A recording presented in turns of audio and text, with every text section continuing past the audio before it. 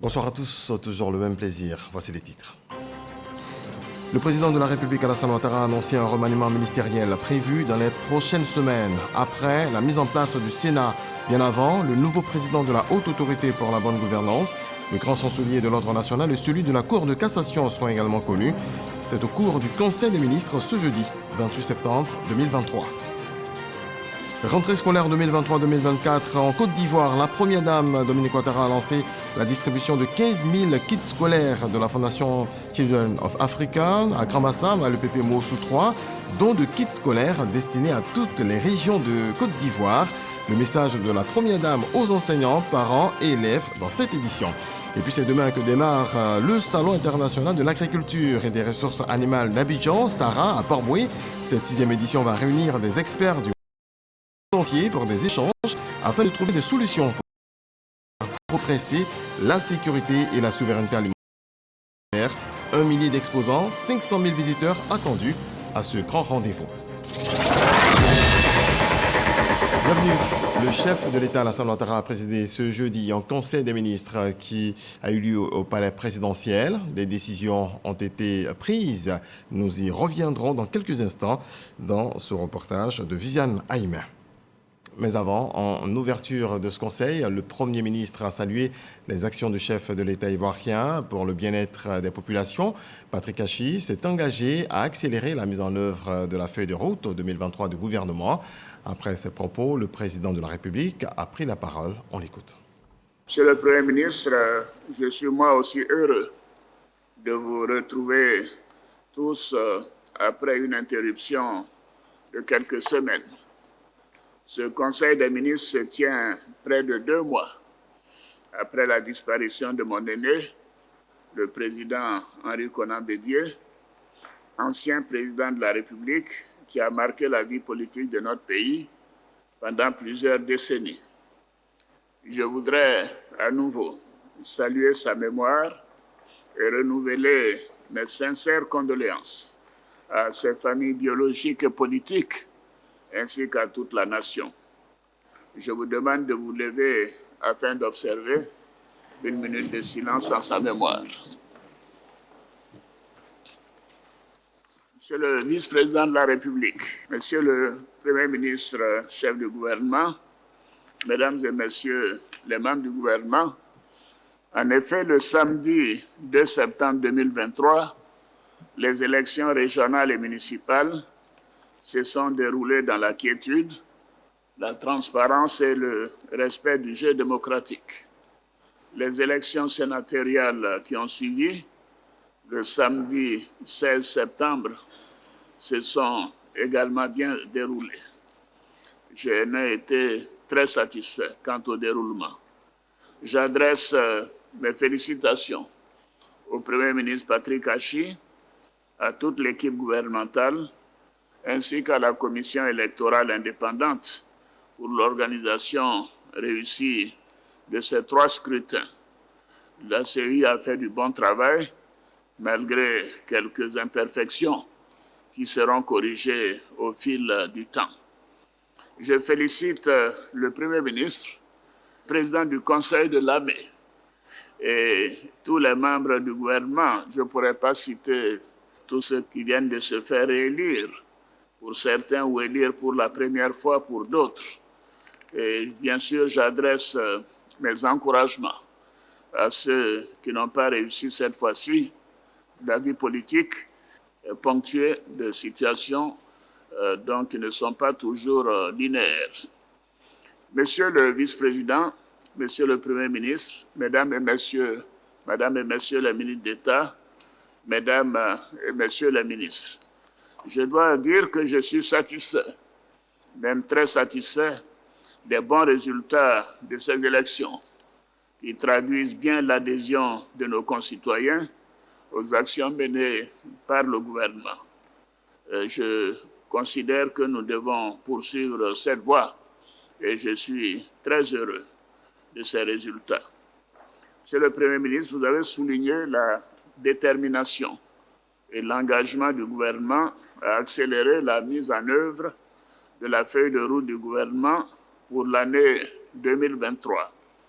Je prends bonne note de toutes les actions qui feront partie de vos priorités au cours des prochains mois.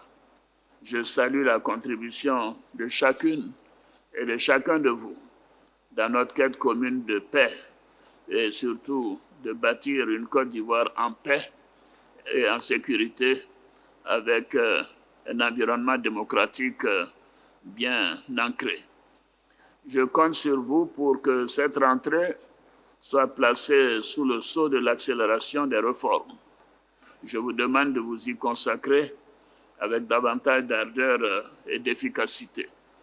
Alors, je voudrais dire que normalement, après des élections de ce genre, on procède à un remaniement ministériel. Telle n'est pas ma décision aujourd'hui. Cela se fera dans les prochaines semaines. En attendant, je vous encourage à continuer le travail qui est fait en toute sérénité. Je voudrais dire que, bien sûr, les élections locales ne sont pas un critère de rester au gouvernement ou pas. C'est en général les élections parlementaires, les élections législatives et les élections sénatoriales. Je note que la Côte d'Ivoire a fait des progrès importants dans plusieurs régions et dans plusieurs communes. Je ne peux que vous féliciter et vous dire toute ma satisfaction. Je procéderai la semaine prochaine à des nominations de présidents d'institutions. Comme vous le savez, j'ai décidé, avec l'assentiment du présidium du RHDP, de nommer M. Gilbert Koné Kafana comme haut représentant du chef de l'État avec rang de président d'institution. Bravo, Kafana. Je procéderai également la semaine prochaine à la nomination du président de la haute autorité pour la bonne gouvernance, dont le mandat est venu à expiration, mais également la nomination du grand chancelier de l'Ordre national, ainsi que la nomination du président de la Cour de cassation. Donc j'ai une série de nominations de présidents d'institutions. Bien entendu, nous procéderons aussi au renouvellement du mandat de l'inspection générale. Et c'est après tout cela que le remaniement ministériel pourrait avoir lieu, notamment en raison de la visite prochaine de la directrice générale du Fonds monétaire international, Mme Kristalina Georgieva, et également un certain nombre de contraintes que nous avons la semaine prochaine. Tout cela sera couronné par la rentrée du Sénat, qui aura donc besoin de l'élection d'un nouveau président également au niveau du Sénat pour le 12 octobre. Et bien sûr, les sénateurs pourront faire leur entrée à cette occasion et le nouveau gouvernement sera mis en place quelques jours après la rentrée du Sénat. Voilà, Monsieur le Premier ministre, je voudrais donc renouveler toutes mes félicitations aux membres, à vous-même. Le vice-président et moi-même, nous avons longuement travaillé hier soir, à tous les ministres et à tous nos collaborateurs pour l'important travail qui a été fait et dont les résultats nous ont permis de faire une performance inégalée depuis que le multipartisme a été institué dans notre pays. Et moi, j'en suis très fier et je vous demande également d'avoir la même satisfaction pour vos résultats. Je pense que nos concitoyens sont très fiers du travail qui est fait et nous ne pouvons que nous en réjouir. Donc je vous souhaite à tous bonne chance et je vous réitère à nouveau toutes mes félicitations. Je vous remercie. Voilà les propos du président de la République Alassane Ouattara en ouverture du Conseil des ministres de ce jeudi. Je le dis à l'instant, plusieurs décisions ont été prises lors de ce conseil, notamment le décret de revalorisation des rentes dues aux victimes des accidents de travail. Voici le résumé de Viviane Aïma. Un conseil des ministres s'est tenu ce jeudi 28 septembre sous la présidence du chef de l'État, le président Alassane Ouattara. Conseil des ministres au cours duquel le gouvernement, par la voix du Premier ministre Patrick Hachi, s'est engagé auprès du président de la République à redoubler d'ardeur au travail pour faire face au défi mondial qu'est la cherté des denrées alimentaires et faire face en outre aux défis sécuritaires. Une des décisions phares au plan social de ce Conseil des ministres est le projet de décret de revalorisation des rentes versées aux victimes des accidents de travail. Le Conseil d'administration de la Caisse nationale de prévoyance sociale, IPS-CNPS, a procédé le 22 août 2022 à la revalorisation de 3% des rentes dues aux victimes des accidents du travail ou de maladies professionnelles du secteur privé et assimilées avec date de prise d'effet fixée au 1er avril 2022. Le présent décret, qui est donc une régularisation, entérine la décision de l'IPS-CNPS. Par ailleurs, le Conseil vient de mettre en place un certain nombre de dispositions qui vont permettre de mieux insérer les jeunes dans la pratique du commerce intérieur. La stratégie de modernisation du commerce intérieur, adoptée par le gouvernement, vise à renforcer les infrastructures de mise à marché, à développer des mécanismes de financement faciles d'accès pour les commerçants et à insérer les jeunes nationaux dans les différents segments du commerce intérieur de façon à professionnaliser ce secteur, à le rendre plus dynamique pour endiguer la cherté de la vie. Dans cette perspective, le décret relatif à l'OCPV réorganise les organes et le fonctionnement de cette structure afin d'améliorer le circuit de distribution et de commercialisation des produits vivriers et de garantir leur disponibilité en toute saison, notamment dans les centres urbains. De même, au plan de l'enseignement technique et la formation professionnelle, le Conseil vient d'adopter un ensemble de dispositions pour permettre aux jeunes apprenants d'être opérationnels au sortir de leur formation. Ce sont 4 décrets qui ont été adoptés au total. Le premier décret est relatif à la formation par alternance sous statut scolaire dans l'enseignement et la formation technique et professionnelle. Ce décret institue, aux côtés des modes de formation résidentielle et de formation par apprentissage, le mode de formation par alternance sous statut scolaire et organise ses modalités de déroulement.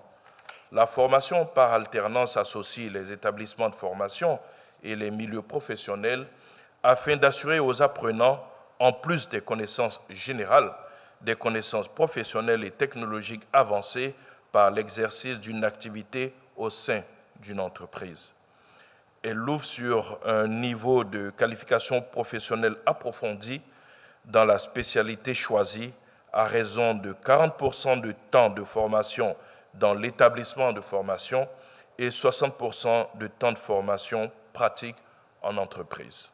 Le Conseil a en outre décidé de réformer la formation dispensée au sein des instituts d'éducation et de formation féminine, IFEF. Les IFEF sont des structures alternatives d'éducation et de formation dédiées exclusivement aux femmes, notamment les jeunes filles sorties précocement du système éducatif classique. Le Conseil a décidé de restructurer ces structures pour en faire de véritables instruments d'insertion socio-économique des jeunes filles déscolarisées et non scolarisées. Il s'agit d'orienter la formation vers la préparation d'un métier sanctionné par la délivrance de certificats reconnus tant par les services de l'État que par le secteur privé, afin d'accroître les possibilités d'insertion économique des apprenants des IFEF. Le Conseil des ministres a ainsi examiné 2 projets de loi, 18 projets de décret, une communication et un point de divers. Autre volet de l'actualité, direction Grand Bassam. La première dame Dominique Ouattara a lancé la distribution de 15 000 kits scolaires de la Fondation Anti-Hydroneuf Africa. Ce don de kits scolaires est destiné à toutes les régions de la Côte d'Ivoire. Grand Bassam en est le premier bénéficiaire. Jérôme Kofi Aboula. La Fondation Children of Africa, présidée par la première dame de Côte d'Ivoire, Dominique Ouattara, dans sa logique de distribution des kits scolaires. Au lancement officiel de cette campagne ce jeudi, au titre de l'année scolaire 2023-2024, 2 millions 500 c'est la commune de Grand Bassam, à travers l'EPPMO sous 3, où se tient la cérémonie qui est à l'honneur. Madame la Première Dame, avec le cœur dans le développement d'une éducation de qualité pour offrir un autre avenir aux enfants défavorisés et construire une société meilleure, une Côte d'Ivoire plus solidaire. Vous contribuez de manière admirable à la mise en œuvre de la noble vision portée par son Excellence, Monsieur le Président de la République, votre époux, qui ambitionne de faire de notre pays un pôle de référence qui se fonde sur des citoyens bien formés et porteurs de valeurs d'excellence. Les élèves du cycle primaire de Grand Bassam et leurs parents, par le truchement de leurs porte-parole respectifs, n'ont, eux, que des mots de reconnaissance à l'endroit de la Première Dame Dominique Ouattara, dont l'une des priorités est d'œuvrer au bon déroulement des rentrées scolaires en Côte d'Ivoire. Maman Dominique, vous venez de nous apprendre à aider ceux qui sont dans le besoin. Nous, vos enfants, prions Dieu de vous donner longue vie et assez de moyens pour continuer d'aider les plus démunis. Nous vous promettons de bien travailler en classe et d'obtenir de bons résultats.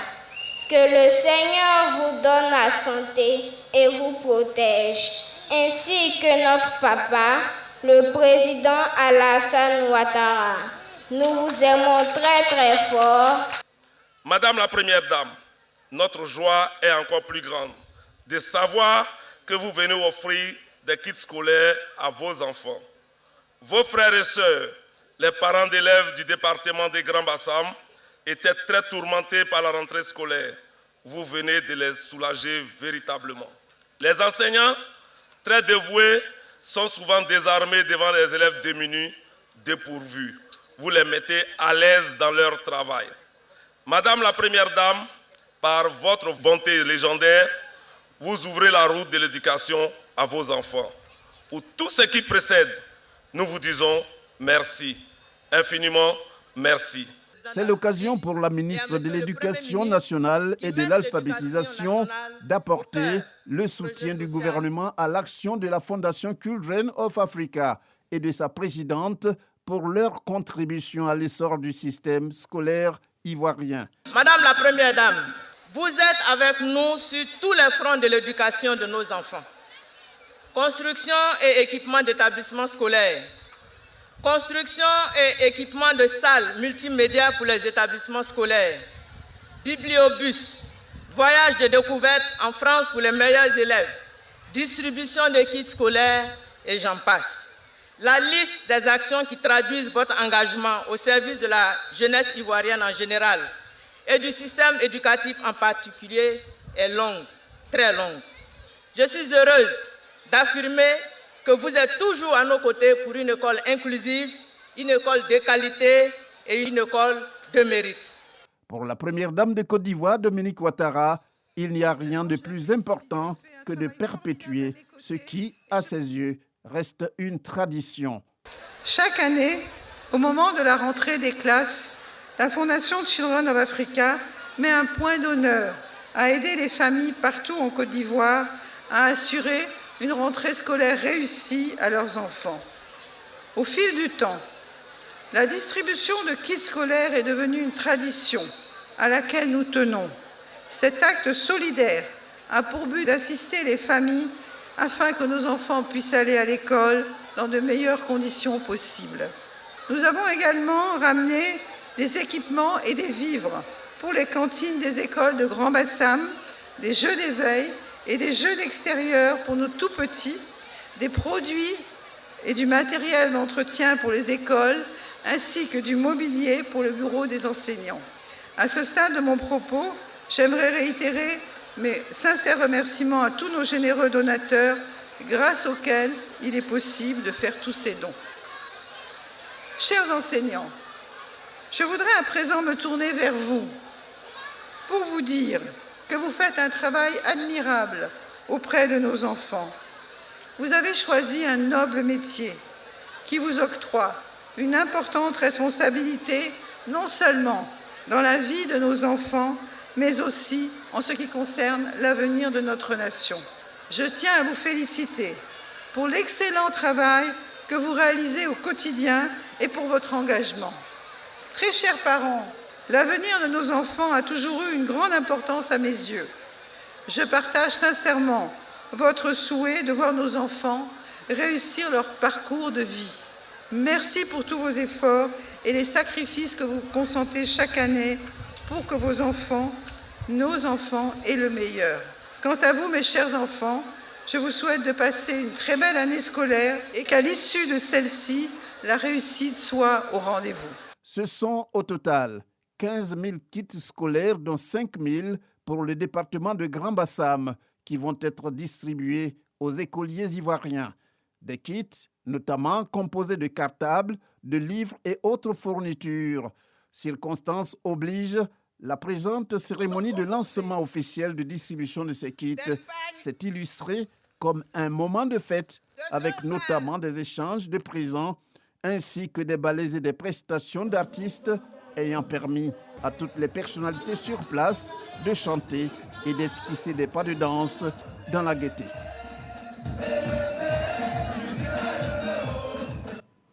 Je vous amène à Mans, précisément à l'université de la ville. Contrairement aux autres universités de Côte d'Ivoire, celle de Mans a officiellement démarré les cours le 11 septembre 2023, soit 2 semaines après le début des cours. Mamadou Kwasi, notre correspondant dans la région, nous apprend que tous les acteurs sont à pied d'œuvre pour respecter le calendrier académique tout en gardant en tête la vision de l'excellence prônée par les autorités. Regardons.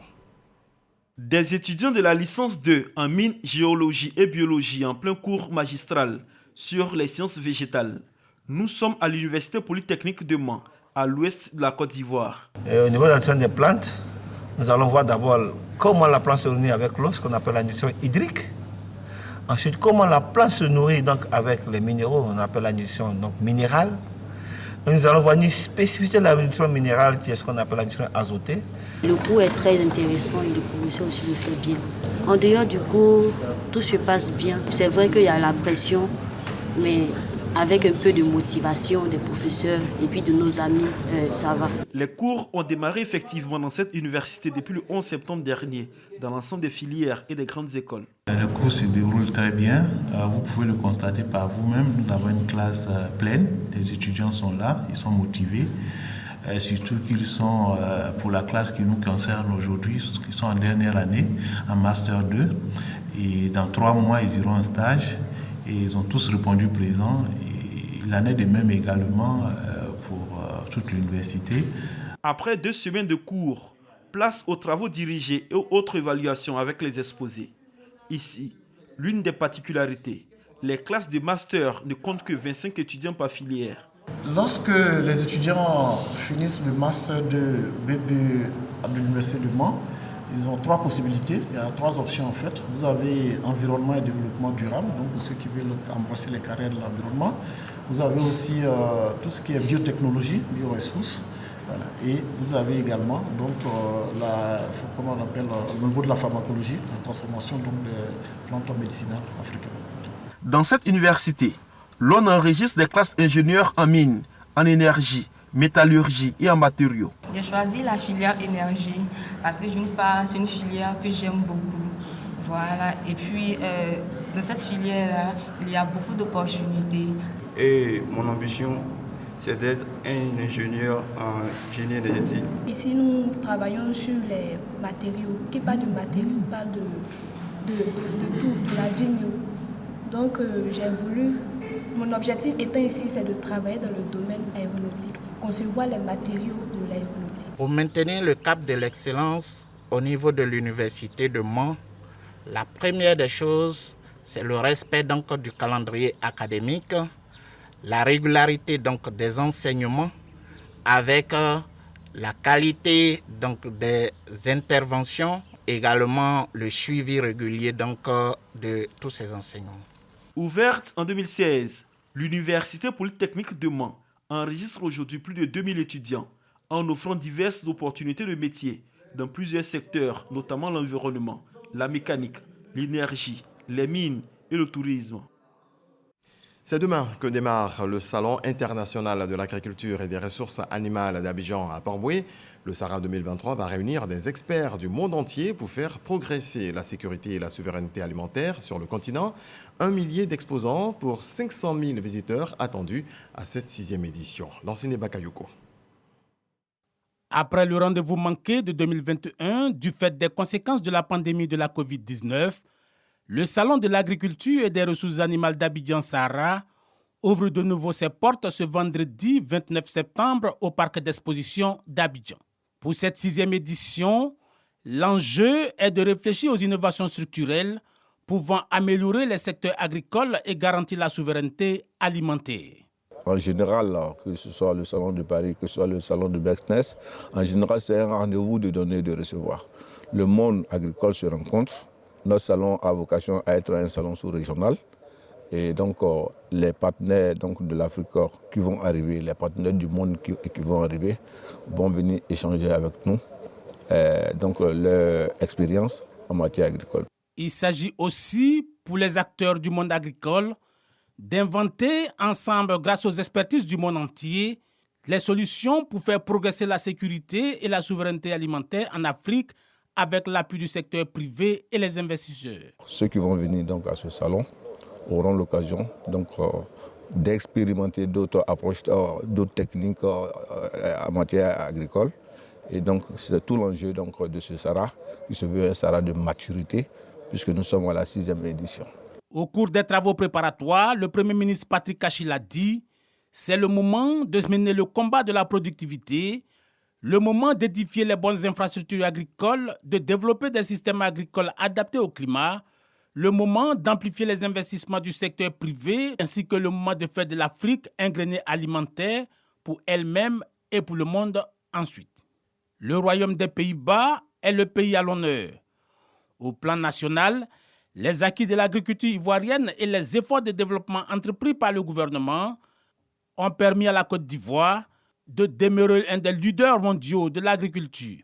À cette 6e édition du Salon international de l'agriculture et des ressources animales d'Abidjan, les acteurs ont à cœur de montrer leur savoir-faire. Ici, sur ce stand, ce sont des jeunes agriculteurs qui expérimentent la culture hors sol. Hors sol, c'est-à-dire nous faisons la culture sans le sol, avec la fibre de coco que nous utilisons comme substrat. Nous avons plusieurs variétés de tomates, Jara, Gamma, ainsi de suite. La différence avec nous, c'est que la variété de tomates que nous utilisons est une variété culture. C'est-à-dire qu'on plante la tomate, ça pousse beaucoup et puis lorsqu'on récolte, ça a une longue durée. Donc, la culture hors sol a plus d'avantages que la culture dans la terre. On découvre également les mareyeuses du débarcadère de Lokodjoro. Avant, nos mamans fumaient sur des barriques et le goudron du bois se reposait sur le poisson. Aujourd'hui, il y a une nouvelle technologie de fumage. Avec ces fours FTT, si tu as mis ton poisson au feu, tu as l'écart. Le four est séparé d'une plaque à graisse. Donc, la graisse du poisson ne tombe pas dans le fourneau pour faire remonter la flamme. Donc, nous sommes venus à ce SARA pour faire la promotion de ces fours-là, pour que tous les Ivoiriens puissent consommer le poisson qui est fumé sur les fours FTT. Tous ces acteurs ont à cœur d'attirer des investissements étrangers qui vont garantir la survie de leur filière. À cette 6e édition du Salon international de l'agriculture et des ressources animales d'Abidjan, plus de 500 000 visiteurs sont attendus. Dans le reste de l'actualité en France, le Conseil des ministres a habilité le gouvernement à recourir à l'article 49.3 de la Constitution, à la fois pour le projet de budget 2024 qui doit être débattu à partir d'octobre au Parlement et pour le projet de loi de finances de la sécurité sociale. La gauche a aussitôt annoncé qu'elle allait déposer une motion de censure. Et puis la République autoproclamée du Haut-Karabakh a annoncé ce jeudi 28 septembre son autodissolution et celle de toutes ses institutions à partir du 1er janvier 2024, une semaine après une offensive victorieuse de l'Azerbaïdjan au bout de 30 ans de conflit. Le Premier ministre arménien Nikol Pachinian dénonce un nettoyage ethnique. Merci à vous tous de votre attention, c'est la fin de ce point de l'actualité. Très belle nuit, Dieu nous garde. Bonsoir.